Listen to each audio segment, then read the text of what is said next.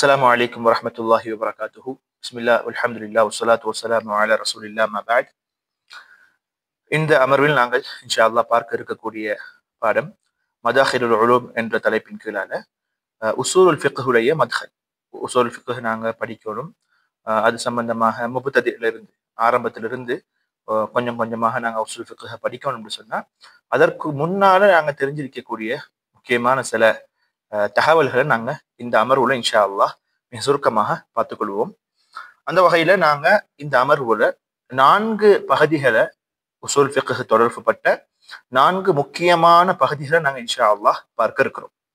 அதுல முதல் பகுதி என்னன்னா உசூல் ஃபிக்ஹ்னா என்ன, உசூல் ஃபிக்ஹ் அந்த கலை எந்த பகுதிகளோட சம்பந்தப்பட்டு அது ஆய்வு செய்யப்படுது, எந்த பகுதிகளோட அது தொடர்புப்படுதுங்கிற ஒரு முக்கியமான பகுதியை நாங்க முதலாவது பார்ப்போம். 2வது பகுதி இந்த உசூல் ஃபிக்ஹுடைய முக்கியத்துவம் எந்த அளவு நாம புரிஞ்சு வச்சிருக்கணுங்கிறத பார்க்கணும். அது 2வது பகுதி. 3வது பகுதி பாரம்பரிய ஃபிக்ஹ் துறை, குறிப்பாக உசூலுல் ஃபிக்ஹ்ல பாரம்பரியமாக முன்னைய மிக பெரும் தலை சிறந்த அறிஞர்கள் அவருடைய வழிமுறையில இருந்து மாறுபடக்கூடிய அமைப்புல தற்காலத்துல நவீன சில சிந்தனை தாக்கங்கள் இருக்குது. அதாவது உசூலுல் ஃபிக்ஹ்ங்கிறது பாரம்பரியமாக பேணி பாதுகாத்து நாங்க நடைமுறையில வச்சிருக்கக்கூடிய அந்த உசூல் ஃபிக்ஹுக்கு ஒரு முரணான, ஒரு எதிரான, அல்லது அதெல்லாம் மாற்றப்படணும், அதெல்லாம் சமூகத்துக்கு பொருத்தம் இல்லைன்னு சொல்லி வெஸ்டர்ன் கல்ச்சரை அல்லது மேற்கத்தைய கலாச்சாரங்கள்ல தாக்கம் பெற்று அதனுடைய சில அடிப்படைகளை வச்சு குர்ஆன ஹதீஸ விளங்கி உசூல் ஃபிக்ஹ் தரை குறைவாக அல்லது மட்டம் தட்டி பேசக்கூடிய ஹத்தாசியூன்கள்னு சொல்லுவாங்க, அல்லது முஷக்கிக்கூன்கள் அரபுல சொல்லுவாங்க. சந்தேகத்தை சமூகத்துல அல்லது ஃபிக்ஹ்ன பேர்ல உண்டு பண்ற சில ஆக்கள்கிட்ட வேலை திட்டம். இவங்களோட சம்பந்தப்படுத்தி உசூல் ஃபிக்ஹ் நாங்க எப்படி புரியணும், பாரம்பரிய அந்த உசூல் ஃபிக்ஹ் எந்த அளவுக்கு முக்கியத்துவம் வாய்ந்ததுங்கிறத நாங்க புரியணும். இப்பேற்பட்டவங்களுக்கு நாங்க ஒரு மறுப்பாக இந்த உசூல் ஃபிக்ஹ் நாங்க படிப்பதன் மூலமாக செயல்படலாம்ங்கிற ஒரு சில ஆரம்ப பகுதிகளையும் நாங்க 3வது கட்டமாக நாங்க பார்ப்போம். 4வது கட்டமாக உசூலுல் ஃபிக்ஹ்ங்கிற கலை ரசூல் ஸல்லல்லாஹு அலைஹி வஸல்லம் உடைய காலம் தொட்டு தற்காலம் வரைக்கும் அது எப்படியான ஒரு பரிணாம வளர்ச்சி பெற்றிருக்குது, அதுல சாதக பாதகங்கள் என்னங்கிற ஒரு முக்கியமான பகுதியை 4வதாக நாங்க வச்சுக்கொள்வோம். அதுல முதலாவதாக நாங்க பார்க்க இருக்கக்கூடிய பகுதி என்னன்னு சொன்னா உசூல் ஃபிக்ஹ்னா என்ன, அது எதோட சம்பந்தப்பட்டு காணப்படுற ஒரு கலை அப்படிங்கிறத பார்க்கறது தான் முதலாவது பகுதி. முதலாவது பகுதியை பொறுத்தவரையில இதுல நம்ம தனித்தனியா வரைவிலக்கணம் அப்படி இப்படின்னு போறதை தாண்டி இன்ஷா அல்லாஹ் வரைவிலக்கணத்தையும் பார்ப்போம். ஒரு சில புரிதல்களின் அடிப்படையில் நாங்க போனோம்னா அது என்ன பகுதிங்கிறத நாங்க புரிஞ்சு கொள்ள முடியும். அதுல பல அறிஞர்கள் இந்த உசூல் ஃபிக்ஹ் பத்தி, அது சம்பந்தப்பட்ட கலையை பத்தி, அது சம்பந்தப்பட்ட ஆய்வுகளை பத்தி நிறைய பேசியிருக்கிறாங்க. அதுல இமாம் கஸாலி ரஹ்மத்துல்லாஹி அலைஹி, இமாம் கஸாலி தன்னுடைய முஸ்தஸ்ஃபாவுல சொல்லக்கூடிய ஒரு முக்கியமான ஒரு கூற்றை நாங்க இதுல எடுத்து நாங்க பார்த்தோம்னு சொன்னா அது முழு பகுதியை மறைஞ்சிருக்க அடைவழைத்த மாதிரி இருக்கும்னு சொல்லி நாங்க புரிஞ்சு கொள்ள முடியும். அதுல முதலாவது இமாம் கஸாலி ரஹ்மத்துல்லாஹி அலைஹி சொல்றாங்க, "இஅலம் அன்னக இதா ஃபஹிம்த أن نظر الأصولي في وجوه دلالة الأدلة السمعية على الأحكام الشرعية." இதுதான் உசூல் ஃபிக்ஹ். இந்த பகுதியை நாங்க கொஞ்சம் புரிஞ்சு கொண்டோம்னா இதுதான் முழுமையாக உசூல் ஃபிக்ஹ் கலையை நாங்க சொல்ல முடியும். அதுல என்ன சொல்றாங்கண்டா, நாங்க புரிஞ்சு கொண்டோம்னா, அதாவது ஒரு உசூலி அவர் என்ன செய்யறாரு, அவருடைய ஆய்வு, அவருடைய முழுக்க குறிக்கோள் என்னண்டா அஹ்காம் ஷரஇய்யா, ஷரீஅத்தினுடைய சட்ட திட்டங்கள்ல தெளிவுபடுத்தக்கூடிய ஆதாரத்தின் விதங்களை ஆய்வு செய்யறதுலதான் அவரோட முழு இதுவும் இருக்க போகுது. இதுதான் உசூல் ஃபிக்ஹ், இதுதான் முழுக்க முழுக்க உசூல் ஃபிக்ஹ்னு சொல்லி நாங்க புரிஞ்சு கொள்ள முடியும். பின்னால இமாம் கஸாலி ரஹ்மத்துல்லாஹி அலைஹி அவங்க கொஞ்சம் நிறைய விளக்கப்படுத்தி இருக்கிறாங்க. அதுல குறிப்பா என்னண்டா, நாங்க இதுல 4 பகுதிகளை நான் இப்ப சொன்ன இமாம் கஸாலியுடைய விளக்கத்திலிருந்து புரிஞ்சு கொள்ள முடியும். இதுதான் உசூல் ஃபிக்ஹ். அந்த 4 என்ன, முதலாவது ஹுக்கும் அல்லது அஹ்காம் ஷரஇய்யா, ஹுக்கும் அல்லது அஹ்காம் ஷரஇய்யா. இதுக்கு சமரான்னு சொல்லுவோம். அதாவது ஒரு பெருபேருக்கு ஒரு ஒரு ஒரு முடிவுக்கு நாங்க போறோம்னா அதுல ஹுக்கும் என்னங்கிறது தான் கடைசி முடிவா இருக்கும். அப்போ உசூல் ஃபிக்ஹ் சுத்தி சுத்தி இதுக்குள்ள தான் இருக்க போகுது. அதுல முதலாவது ஹுக்கும். ஹுக்கும்னா என்ன, அஹ்காம் ஷரஇய்யா. அதை நாங்க 2 பகுதிகளாக படிச்சிருப்போம். தக்லீஃபியா வதஇய்யான்னு சொல்லி 2 பகுதிகளாக படிச்சிருப்போம். வதஇய்யாங்கிறது வேற, தக்லீஃபியாங்கிறது வேற. தக்லீஃபியாக்குல தான் வுஜூப், நஜ்ப், அதாவது இபாஹா, மக்ரூஹ், கராஹா எல்லாமே வரும். அது நீங்க படிச்சிருப்பீங்க. அப்ப ஹுக்கும் இமாம் அஹ்காம் ஷரஇய்யா, நான் ஏற்கனவே சொன்ன அந்த வரைவிலக்கணத்துல இமாம் கஸாலி இதுல அஹ்காம் ஷரஇய்யா, அதுக்குள்ள ஹுக்கும்ங்கிறது இருக்குது, அது சமரான்னு நாங்க சொல்லுவோம். ரெண்டாவது தலீல் அதில்லா, நாங்க ஏற்கனவே பார்த்தோம். ஏன்னா மின் தலாலத்தில் அதில்லா, அப்ப அதில்லாங்கிறது வந்து ரெண்டாவது பகுதி. இதுவும் உசூல் ஃபிக்ஹ் சுத்தி வரக்கூடிய முக்கியமான பகுதியில உண்டு. மூன்றாவது வுஜூஹு தலாலா, அதுதான் இஸ்திதுலால். ஹுக்கும், தலீல், மூன்றாவது இஸ்திதுலால். ஹுக்குமுக்கு நாங்க சமரான்னு சொல்லுவோம், தலீலுக்கு நாங்க முஸ்மிர் என்று சொல்லுவோம், இஸ்திதுலாலுக்கு இஸ்திஸ்மார், இஸ்திதுலால் ஆதாரம் எடுக்கக்கூடிய விதம், அதுக்கு நாங்க இஸ்திதுலால் சொல்லுவோம். அப்ப வுஜூஹு தலாலா இஸ்திதுலால்ங்கிறது நாங்க அந்த இமாம் கஸாலியுடைய வார்த்தையிலிருந்து புரிஞ்சு கொள்ள முடியும். நான்காவது முஸ்ததில். முஸ்ததில் யாரு? முஸ்தஸ்மிர். முஸ்மிர் யாரு? இமாம் கஸாலியுடைய வரைவிலக்கணத்தை திருப்பி போய் நாங்க பார்த்தோம்னு சொன்னா அல் உசூலி, யார் இந்த கலையில பாண்டித்தியம் பெற்று அதில் ஆய்வுகள்ல மேற்கொள்றாங்களோ அவங்க நாங்க உசூலின்னு சொல்லுவோம். அப்ப இந்த உசூலி தான் இஸ்திதுலால் ஆதாரங்கள் எடுப்பாரு பொதுப்படையாக, அதாவது ஸ்பெசிபிக்கா இல்லாம ஜெனரலான முறையில ஆதாரங்கள் அவர் திரட்டி அதனுடைய வகைகளை எடுப்பார். அதாவது அம்ரு, ஒரு ஆர்டர் வந்திருக்குதுன்னா அது கட்டாயத்தை குறிக்குது, வாஜிபை குறிக்குதுன்னு சொல்லி சட்டத்திட்டங்கள்லாம் பகுப்பாய்வு செஞ்சு ஒவ்வொரு சியாக்கள் இருந்தும் அவர் தன்னுடைய அந்த ஆய்வு திறனை வச்சு என்ன செய்வாரு, சட்டத்திட்டங்களுக்குரிய வழிவகைகளை செய்வார். இப்ப தொழுகை வந்து வாஜிப்னு சொல்லக்கூடிய சட்டத்தை எடுக்கிறவர் யாருன்னா உசூலி அல்ல, அவர் ஃபகீஹாக இருப்பார். இப்ப உசூலி யாரு? அந்த வாஜிப் என்று சொல்லக்கூடிய அந்த சட்டத்தின் வகைகள் என்ன, அது அந்த வாஜிப்ங்கிறது எந்த அமைப்புல புழங்கப்படுது, அது எப்படி புழங்கப்பட்டு எந்த கரீனா மூலமாக அதை நாங்க கட்டாயமா இது கட்டாயம் இல்லைங்கிற முடிவுக்கு வரலாம்ங்கிற பல ஆய்வுகளை செய்யக்கூடியவர் வந்து உசூல். தொழுகை கட்டாயமானதுங்கிற தீர்ப்பை கொடுக்கக்கூடியவர் வந்து ஃபகீஹ், உசூலியாக இருக்க முடியாது. அதாவது அவர் ஃபகீஹுடைய வேலை. அப்ப நாங்க சுருக்கமா பார்த்தோம்னு சொன்னா உசூலுல் ஃபிக்ஹ் 4 முக்கியமான பகுதிகள்ல தான் சுத்தி இருக்கு. அதுல ஒன்று ஹுக்கும், ரெண்டாவது தலீல், மூன்றாவது இஸ்திதுலால் ஆதாரம் எடுக்கக்கூடிய அந்த முறை. இதுதான் உசூலுல் ஃபிக்ஹ்ல மிக பெரும்பான்மையான பகுதியாக இருக்க போகுது. மூணாவதாக இருக்கக்கூடிய இஸ்திதுலால். நான்காவது முஸ்ததில், ஆதாரம் பிடிக்கக்கூடியவர் அல்லது உசூல் ஃபிக்ஹை அணுகக்கூடியவர். இவர் யாரு, இவரோட நிலைமை எப்படி இருக்கணும், இவர் எப்படிப்பட்டவராக இருக்கணும், இந்த மாதிரியான கலைகளை நாங்க இதுல படிக்க வேண்டியதாக இருக்குது. அப்ப நாங்க சுருக்கமா சொல்ல போனா நாங்க ஏற்கனவே சொன்னோம் அந்த ஹுக்குமை பொறுத்தவரையில 2 பகுதியாக பிரியும். இப்ப நாங்க அந்த 4ஐயும் சற்று விரிவாக லேசா பார்த்தோம்னு சொன்னா அந்த ஹுக்குமை பொறுத்தவரையில நான் ஏற்கனவே சொன்ன மாதிரி 2 பகுதியாக பிரியும். அதுல ஒண்ணு அஹ்காம் தக்லீஃபியா, அஹ்காம் வதுஇய்யா. நான் கொஞ்சம் அவசரமாகவே போறேன், ஏற்கனவே நீங்க பல பகுதிகளில் நீங்க சில ஆரம்பங்கள்ல படிச்சிருப்பீங்க. எது முக்கியமோ அதை நாங்க இன்ஷா அல்லாஹ் கொஞ்சம் விரிவா பார்ப்போம். அதுல வந்து அஹ்காம் தக்லீஃபியாண்டு வதுஇய்யாண்டு பிரிக்கிறோம். தக்லீஃபியான நான் ஏற்கனவே சொன்னது போல கட்டாயம், அதாவது வுஜூப், நதுப், கராஹா இதெல்லாமே வந்து அதுக்குள்ள வரும். அதே போல வதுஇய்யாண்டு சொல்லும் போல அது நம்மட எந்த ஒரு இதுவும் இருக்காது, சம்பந்தப்படாது. முழுக்க ஷாரிஅ வந்து சில விஷயங்களை உருவாக்கி சட்டத்தோட தொடர்பு படுத்தி வச்சிருப்பார். உதாரணத்துக்கு மகரிபுடைய முடிவு நேரம் வந்து சூரியன் மறையணும் அப்படின்னு சொன்னா இந்த சூரியன் மறைகிறதுங்கிறது ஒரு காரணியாக இருக்குது. இந்த காரணியை உண்டு பண்ணி வச்சிருக்கிறவர் ஷாரிஅ, அல்லாஹ். அப்ப எனவே அந்த சூரியன் மறையுங்கிறத சபபங்களை நாங்க வதுஇய்யாக்குள்ள சேர்ப்போம். அப்ப இது லேசா புரிஞ்சு கொள்றதுக்காக வேண்டிய உதாரணமாகத்தான் அது சொல்றோம். அதை தாண்டி தக்லீஃபியா தான் எங்களுக்கு இங்க பெரும்பான்மையான பகுதிகளாக வந்து கொண்டிருக்கும். அதுல தக்லீஃபியான்னு சொல்லும் பொழுது அந்த வுஜூப், நதுப், கராஹா இந்த விஷயங்கள் வந்து கொண்டிருக்கும். அதுல சட்ட திட்டங்கள்லாம் விரிவாக நீங்க படிச்சிருப்பீங்க. வாஜிப்ண்டா என்ன, அடுத்தது வந்து மக்ரூஹ்ண்டா என்ன, அடுத்தது வந்து முபாஹ்ண்டா என்ன, முஸ்தஹப் மந்தூப்ண்டா என்ன, இதெல்லாம் நீங்க படிச்சிருப்பீங்க. ஓகே, இது வந்து ஹுக்குமோட சம்பந்தப்பட்டது. இது விரிவா நீங்க படிச்சிருப்பீங்கிறத நாங்க சுருக்கமா பார்ப்போம். 2வது பகுதி தலீல். உசூல் ஃபிக்ஹ் 4 பகுதிக்குள்ள சுத்தி தெரியும். அதுல 2வது பகுதி தலீல். தலீலை பொறுத்தவரையில அதுல பல அறிஞர்கள் பலவிதமாக பிரிச்சிருக்கிறாங்க. சமஇய்யா என்று சொல்லி பிரிச்சிருக்கிறாங்க. அதே மாதிரி முத்தஃபக் அலைஹா, முக்தலஃப் ஃபீஹா, எல்லாரும் ஏகோபிச்சு இது ஆதாரம் தான் தலீலாக கருதப்பட முடியும்னு சொல்லி ஒரு பகுதி இருக்குது. கருத்து வேறுபாடு, சிலர்கள்ட்ட வந்து சில பகுதிகள் வந்து ஆதாரமாக கொள்ளப்படும், சிலது ஆதாரமாக கொள்ளப்படாது. இந்த மாதிரியான பிரிவினைகள் இருக்குது. அது எப்படி இருந்தாலும் சரி, எல்லாரும் ஏற்றுக்கொள்ளக்கூடிய ஆதாரங்கள்ல வந்து குர்ஆன் தலீல்ங்கிறது நாங்க பார்த்தோம்னு சொன்னா அல் குர்ஆன். இப்ப இந்த அல் குர்ஆனை நாங்க உசூல் ஃபிக்ஹ்ல நாங்க எப்படி அணுகுவாங்க அப்படின்னு கேட்டா, அல் குர்ஆன் இது என்ன, இதுல வரைவிலக்கணம் என்ன, அதே மாதிரி அல் குர்ஆன்ல வந்து கிராஅத் சம்பந்தப்பட்ட வேரியேஷன் இருக்குது. முத்தவாத்திர் ஆஹாத் அல்லது முத்தவாத்திர் ஷாத் கிராஅத்ல வந்து ஷாத்தான கிராத் எல்லாம் இருக்குது. இந்த ஷாத்தான கிராத்தை ஆதாரம் பிடிக்க முடியுமா, முடியாதா, யார்கிட்ட இந்த ஷாத்தான கிராத் வந்து ஆதாரம், யார்கிட்ட ஆதாரம் இல்லை, இந்த மாதிரியான உசூலோட சம்பந்தப்பட்ட அடிப்படையோட சம்பந்தப்பட்ட கற்கைகள் உசூல் ஃபிக்ஹ்ல ஒரு பாடமாக ஒரு மபஹஸாக வரும். இரண்டாவது கட்டம் தலீல்ல சுன்னா. இதுவும் எல்லோரும் ஏற்றுக்கொள்ளக்கூடிய ஒரு விடயம் தான். ஆனா இதுல சில முக்கியமான சில தகவல்களை நாங்க புரிஞ்சு கொள்ள வேண்டிய ஒரு தேவைப்பாடும் இருக்குது.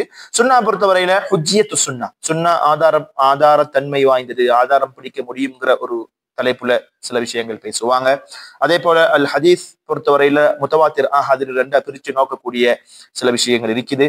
இதுல முக்கியமான ஒரு பகுதி என்னன்னா, ஒழுங்கா சரியான நம்மளோட அடிப்படை அறிவுகளை நாங்க சீர் செய்யாம ஒரு மன்ஹஜ் இல்லாம போய் நாங்க டிரெக்டாக படிக்கும் பொழுது ஹதீஸ் கலையில கூட நாங்க பிழையான புரிதலுக்கு வரக்கூடிய வாய்ப்பு இருக்கு.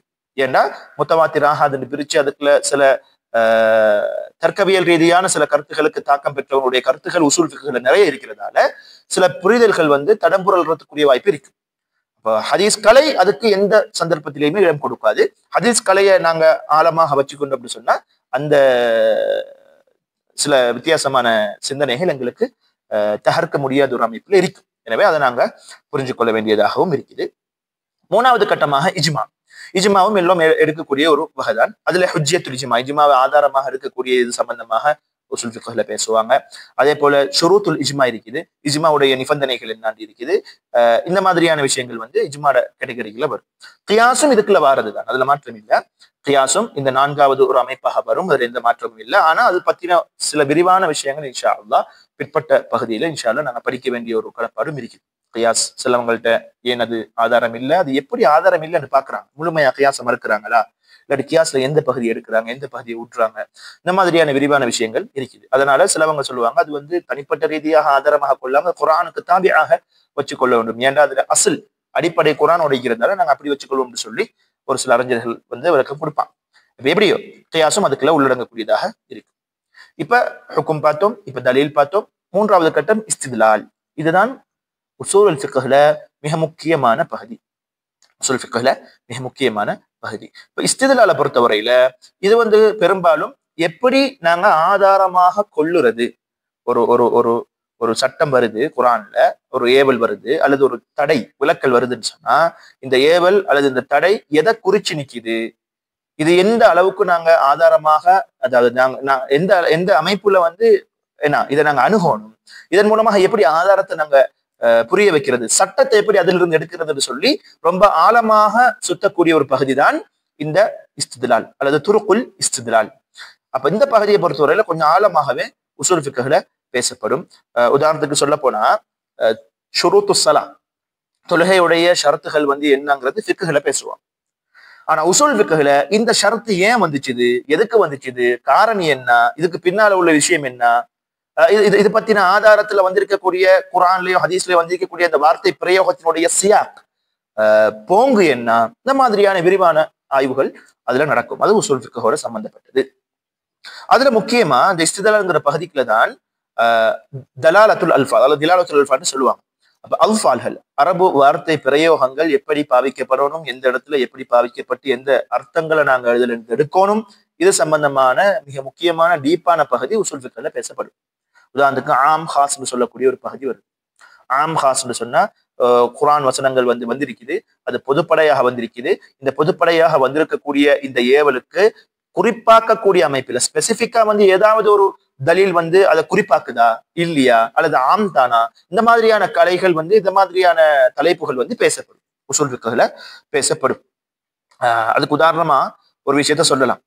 அல்லாஹ் குர்ஆன்ல சொல்லக்கூடிய சந்தர்ப்பத்துல யூஸிக்குமுல்லாஹு ஃபீ அவுலாதிக்கும் கரி மிஸ்லு ஹப்துல் உன்சையின், இந்த வசனத்தை பொறுத்தவரையில டிரெக்டா நாங்க இந்த கலை எல்லாம் தேவையில்லைன்னு சொல்லி ஒரு ஆள் நேரா போய் பாக்குறோம்னு சொன்னா அப்ப அல்லாஹ் பிள்ளைகளுக்கு என்ன வாரிசு சொத்தை கொடுக்க சொல்றான். அப்ப அந்த புள்ள எந்த நிலையில இருந்தாலும் சரிங்கிறது இந்த குர்ஆனிய வசனத்துல இருந்து நாங்க புரிஞ்சு கொள்ள முடியும். ஆனா இதை குறிப்பாக்கக்கூடிய ஹாஸாக முஹஸ்ஸிஸ் அங்க ஒரு ஒரு குறிப்பாக்கக்கூடிய ஒரு அமைப்புல வருது. என்னன்னா, யாராவது மார்க்கத்தை விட்டு போயிட்டாங்கன்னு சொன்னா, அதாவது முர்த்தத்தாகிட்டாங்க, மதம் மாறிட்டாங்கன்னு சொன்னா அந்த மகனுக்கு சொத்துல பங்கு இருக்குதா, அல்லது தன் தகப்பனை கொண்ட மகனுக்கு சொத்துல பங்கு இருக்குதா அப்படின்னு கேட்கும் பொழுது அங்க தடைகள் இருக்கு. அப்ப தடைகள் இருக்குதுண்டா பொதுப்படையாக அந்த வசனத்தை அணுகும் பொழுது எந்த நிலைமையிலையும் கொடுக்கலான்ற ஒரு முடிவுக்கு வாரவர் தடைகள் இருக்கக்கூடிய ஹாஸான சில ஆதாரங்களை பார்க்கும் பொழுது ரைட், இது பொதுவாக சொல்லப்பட்டாலும் இந்தந்த நிலைகள்ல கொடுக்க முடியாதுங்கிற ஒரு நிலைமைக்கு வருவாரு. அப்ப அதனால ரைட் அங்க வந்து மதம் மாறி இருக்கிறாரு, அதனால அவருக்கு வந்து சொத்துல பங்கு இல்லைங்கிற ஒரு முடிவுக்கு வருவார். அப்ப இந்த மாதிரியான ஆம் ஹாஸ் அந்த புழக்கங்கள், அதே போல மஃஹூம் மந்தூக், அந்த ஒரு ஹதீஸ்ல இருந்து புரியப்படக்கூடிய ஒரு விஷயம் இருக்குது, அந்த ஹதீஸ்ல நேரடியான அர்த்தத்தை அல்லது ஒரு குர்ஆன் வசனத்துல நேரடியான அர்த்தத்தை கொடுக்கக்கூடிய வகைகள் இருக்குது. இந்த மாதிரியான பகுதிகள் எல்லாமே பேசப்படக்கூடிய இடம்தான் இந்த அல் இஸ்திதுலால் என்று சொல்லக்கூடிய பகுதி. அதுல வந்து தஆருத் வெளிப்படையாக குர்ஆன் அல்லது ஹதீஸ் அல்லது குர்ஆன் வசனத்தோட இன்னொரு குர்ஆன் வசனம் முரண்படுற மாதிரி எல்லாம் விளங்கும் உங்களுக்கு. அது உண்மையிலேயே முரண் அல்ல. அந்த முரணை தீர்க்கிறதுக்கான டூல்ஸ், அதை வச்சு உபயோகிக்கக்கூடிய சிஸ்டமேட்டிக் இந்த உசூலிட்ட இந்த இஸ்திதுலால்ங்கிற பகுதியில தான் அதுவும் நடைபெறும். நிறைய நிறைய விஷயம் இருக்கு. ஒரு ஃபிக்ஹுங்கிறது ஒரு பெரும் கலண்டா, அந்த கலை அமைந்திருக்கக்கூடிய ஒரு ஃபவுண்டேஷன் என்னன்னு கேட்டா இந்த உசூலுல் ஃபிக்ஹ். அதுதான் சுருக்கம், வரைவிலக்கணமும் அதுதான். அப்ப அந்த உசூலுல் ஃபிக்ஹுங்கிற இஸ்திதுலால்ங்கிற பகுதி மிக முக்கியமான பகுதிங்கிறது நாங்க புரிஞ்சு கொள்றோம். இப்ப 4வது கட்டத்துக்கு வருவோம். எல்லாமே இமாம் கசாலி சொன்ன அந்த பகுதிக்கு இருந்து தான் பேசப்படுது. 4வது கட்டம் முஸ்ததில் அல்லது ஆதாரம் பிடிக்கக்கூடியவர்கள். அங்க ஒரு உசூலி, இந்த முஸ்ததில் அல்லது உசூலி அல்லது முஸ்தஸ்மிர், இவர் யாருன்னு கேட்டா இவர் பத்தின தரோவான பகுதிகளை நாங்க உசூல் ஃபிக்ஹ்ல படிக்க வேண்டிய தேவைப்படுது. அவர் யாரு, எப்பேற்பட்டவர், அவருடைய தகுதி என்ன, அவர் என்ன தகுதியில இருந்தா அந்த ஆதாரங்களை பிடிக்கிறதுக்குரிய அமைப்புக்கு வரலாம் போன்ற பல பகுதிகள் இருக்குது. அதுல பேசப்படக்கூடிய தலைப்புகள் என்னன்னு சொன்னா இஜ்திஹாத். அவர் ஒரு முஜ்தஹித் இருப்பார். அப்ப இஜ்திஹாத்னா என்ன, அதுக்குரிய நிபந்தனைகள் என்ன, எப்பேற்பட்டவரா இருக்கணும் அவருங்கிற ஒரு பகுதி இருக்கு. முகல்லித், முகல்லித்னா யாரு, முகல்லித் முஜ்தஹித்ங்கிறது இருக்கிறாருன்னா முகல்லித்ங்கிறவர் யாரு அப்படிங்கிற தலைப்பு வரும். ஹுக்மு தக்லீத், தக்லீது செய்வதனுடைய சட்டம் என்னங்கிற பகுதி வரும். அல் ஃபித்யா அல்லது ஃபுத்யா, ஃபத்வா சம்பந்தப்பட்ட பகுதி விளங்குதா. அது யாரு முஃப்தி. இப்ப நம்ம ஊர்ல எல்லாம் வந்து ஒரு ஃபிக்ஹ்ல ஒரு உதாரணத்துக்கு ஷாஃபி ஃபிக்ஹ்ல கொஞ்சம் முஸ்தலஹாத்களோட தர்ஜிஹாத்களோட படிக்கிறவருக்கு முஃப்தின்னு சொல்லுவாங்க. அவரு மத்ஹப், முஃப்தி மத்ஹப் தான்.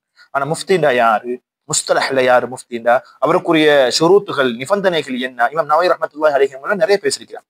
அப்ப அந்த பகுதி என்னங்கிறத பார்க்கணும். ஆதாபுல் ஃபுத்யா, ஃபத்வா சம்பந்தப்பட்ட ஒழுங்குகள் என்ன, அந்த பகுதிகள் இருக்குது.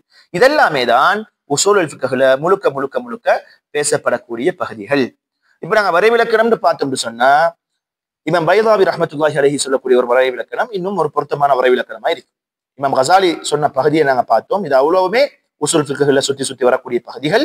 இது அவ்வளவுக்கு தான் உசூல் ஃபிக்ஹும் பயணிக்க போகுது. ஆனா இமாம் பைதாவி சொல்லக்கூடிய ஒரு சுருக்கமான வரைவிலக்கணம் என்னன்னா மஅரிஃபத்து தலாயிலில் ஃபிக்ஹ் இஜ்மாலன், ஜெனரலா நாங்க ஃபிக்ஹுடைய தலீல்களை படிச்சு கொள்றது, புரிஞ்சு கொள்றது. வ கைஃபியத்தில் இஸ்திஃபாதத்தி மின்ஹா, அதிலிருந்து எப்படி நாங்க பயன் அடைகிறது, சட்டம் எடுக்கிறது, ஆதாரம் எடுக்கிறது, அந்த பகுதிகள் வரும். இஸ்திதுலால் பார்த்தோம். வஹாலுல் முஸ்தஃபீத், வஹாலில் முஸ்தஃபீத், அந்த முஸ்தஃபீத் பயன் பெறக்கூடியவர், ஒரு முஜ்தஹிதாக ஒரு உசூலியாக இருக்கக்கூடியவர்னா அவருடைய நிலை பற்றின விஷயம் அதை அறிஞ்சு கொள்றது. அப்ப இதுதான் வரைவிலக்கணமாக நாங்க உசூலுல் ஃபிக்ஹ்ல கொடுக்க முடியுமானதாக இருக்கும். அடுத்த கட்டமாக நாங்க 2வது பகுதிக்கு வருவோம். 2வது பகுதி என்ன, அஹமியா, அதாவது அதுல முக்கியத்துவத்தை பத்தி படிக்க வரோம். இது உண்மையிலேயே ஒரு ஒரு மிக முக்கியமான கலைங்கிறத நாங்க இந்த அஹமியத்தை படிக்கும் பொழுது புரிஞ்சு கொள்ளலாம்ன்றது நான் நினைக்கிறேன். அதுல உசூல் ஃபிக்ஹை பொறுத்தவரையில சொல்லுவாங்க பவ்வாப லிஹிமாயத்தி النصوص الشرعية من حيث الفهم فإذا كان المانع من أن يدخل في الشريعة ما ليس منها من حيث الثبوت علم المصطلح فإن المانع من أن يدخل في الشريعة ما ليس منها من حيث الفهم علم أصول الفقه. இது முக்கியமான ஒரு பகுதி. அதாவது உசூலுல் ஃபிக்ஹ்ங்கிற கலை இருக்கக்கூடிய காலம் எல்லாம் ஷரீஅத்தினுடைய ஒரு சிந்தனை தான், ஷரீஅத்தினுடைய ஒரு சிஸ்டம் தான் இது என்று சொல்லி புதிதான ஒரு விஷயத்தை கொண்டு வந்து புகுக்கிறதுக்குரிய எந்த சாத்தியக்கூறும் இல்லை. ஏன்னா உசூல் ஃபிக்ஹ்ங்கிற அந்த ஸ்ட்ரக்சர், அந்த அந்த மெக்கானிசம், அது மிக முக்கியமான ஒரு பகுதி. இமாம் ஷாஃபி ரஹ்மத்துல்லாஹி அலைஹி தொட்டு ஆரம்பிக்கப்பட்ட ஒரு விஷயம், அதாவது எழுத்தியல் அல்லது தியரி ரீதியாக அது மிக முக்கியமான ஒரு பகுதி. இந்த பகுதியை எங்களோட கையில நாங்க வச்சு கொண்டிருக்கும் காலம் எல்லாம், அதை நாங்க சரியா புரிஞ்சு நடைமுறைப்படுத்தும் காலம் எல்லாம் யாருமே இது ஷரீஅத்தினுடைய ஒரு ஒரு சட்டம் தான் புதிதா இல்லாத ஒரு சட்டத்தை வந்து புகுத்தி சின்ன பின்னமாக்க முடியாது. ஆக மொத்தத்துல உசூல் ஃபிக்ஹ்ங்கிறது வந்து ஷரீஅவை பாதுகாக்கக்கூடிய மிக முக்கியமான ஒரு கலை, மிக மிக முக்கியமான ஒரு கலைங்கிறதுல எந்த சந்தேகமும் இல்லை. தற்காலத்துல பல சிந்தனை பிறழ்வுகள் காரணமாக உசூல் ஃபிக்ஹை உடைக்க பார்க்கிறதே இதுக்காகத்தான். சில முக்கியமான அப்படின்னு சொல்லி வித்தியாசமான கற்கைகள்னு சொல்லி உலக மட்டத்தில் இருக்கக்கூடிய அல்லது மேற்கத்தைய கலாச்சாரங்களுக்கு சிக்குண்டாகி ஒரு வித்தியாசமான சிந்தனையில் இருக்கக்கூடியவங்க தன்னுடைய ஹவாக்கு அல்லது உலகம் போகக்கூடிய அமைப்புக்கு மார்க்கத்தை மாத்திரத்துக்கு முயற்சி செய்யறவங்க அவங்களுக்கு பெரிய ஒரு அடியாக இந்த உசூல் ஃபிக்ஹ் இருக்கு. அந்த வகையில உசூல் ஃபிக்ஹ் அது பாரம்பரியமாக பாதுகாத்து வரக்கூடிய சந்தர்ப்பத்துல அதன் மூலமாக வேற எந்த பகுதியும் ஃபிக்ஹுக்குள்ள ஷரியத்துக்குள்ள உட்புகுத்த முடியாதுங்கிறது தான் யதார்த்தமான உண்மை. எப்படி ஹதீஸ் கலையில ஒரு புதிதாக ஒரு ஒரு ஒரு ஆதாரம்னு சொல்லி ஒரு விஷயத்தை கொண்டு வந்து நுழைக்க முடியாதோ, ஏன்னா அந்த அளவுக்கு ஸ்ட்ராங்கான ஒரு சிஸ்டத்தோட ஹதீஸ் கலை இருக்குது. அப்ப அந்த ஹதீஸ் கலைக்குள்ள வந்து உடைச்சி கொண்டு இது புதிதான ஒரு சட்டம் அல்லது புதிதான ஒரு ஆதாரம்னு சொல்லி நுழைக்க முடியாதோ, அதே மாதிரி ஷரியாவுடைய துறையில ஃபிக்ஹ் துறையில இது ஒரு புதிய சட்டம்ங்கிறத கொண்டு வந்து நுழைக்க முடியாது இந்த உசூல் ஃபிக்ஹ் சரியான ஒரு ஸ்ட்ரக்சர்ல இருக்கக்கூடிய சந்தர்ப்பத்துல. அப்ப அது முக்கியமான ஒரு முக்கியத்துவமாக கருதப்படும். ரெண்டாவது வந்து யுனமில் அக்ல் ஷர்இ. உசூல் ஃபிக்ஹ் ஒரு மார்க்க ரீதியான தேடலோட ஆய்வோடு இருக்கக்கூடியவங்களுடைய புத்தியை இன்னுமே என்ன செய்ய போகுதுன்னு சொன்னா ஆக்டிவாக வச்சு கொண்டு இருக்க போகுது. உசூல் ஃபிக்ஹ் பொறுத்தவரையில சாதாரணமான ஒரு கலையும் இல்லை. ரொம்ப மூளையை கொண்டு வந்து நாங்க சமைச்சு அந்த மாதிரி ஒரு பல சிந்தனைகள்ல போக வேண்டிய ஒரு தேவைப்பாடு இருக்கு. உதாரணத்துக்கு கியாஸ் எடுத்துக்கொள்ளும். ஒரு கியாஸை நாங்க எப்படி பயன்படுத்துறோம்னு சொன்னா அது 4 பகுதிகள் இருக்குதுன்னு சொல்லி நீங்க படிச்சிருப்பீங்க. ஹுக்கும், இல்லத், அஸ்ல், அந்த விஷயத்த நீங்க படிச்சிருப்பீங்க. இப்போ ஒரு சட்டம் இருக்குது, புதிதாக இந்த காலத்துல உருவாக்கப்பட்டுச்சுன்னு சொன்னா இந்த சட்டத்தினுக்கு நேரடியான குரானிய வழிகாட்டல் இல்லாத சந்தர்ப்பத்துல இந்த பிரச்சனையுடைய காரணியை கண்டுபிடிச்சோம்னு சொன்னா அதே காரணிக்கு தீர்ப்பு கொடுக்கப்பட்ட முந்தைய ஒரு சந்தர்ப்பம் இருக்கு. அதனால குரான்லயோ ஹதீஸ்லயோ இதே காரணிக்காக வேண்டி தீர்ப்பு கொடுக்கப்பட்ட அந்த தீர்ப்பை ஹுக்குமை எடுத்து நாங்க இதுக்கு வச்சு பார்க்கிறோம். இதுக்கு சாதாரணமான ஒரு சிந்தனையில நாங்க பயணிக்க முடியுமான்னு கேட்டா முடியாது. அது சார்ந்த ஆய்வுகள் மனாத்ன்னு சொல்லுவாங்க.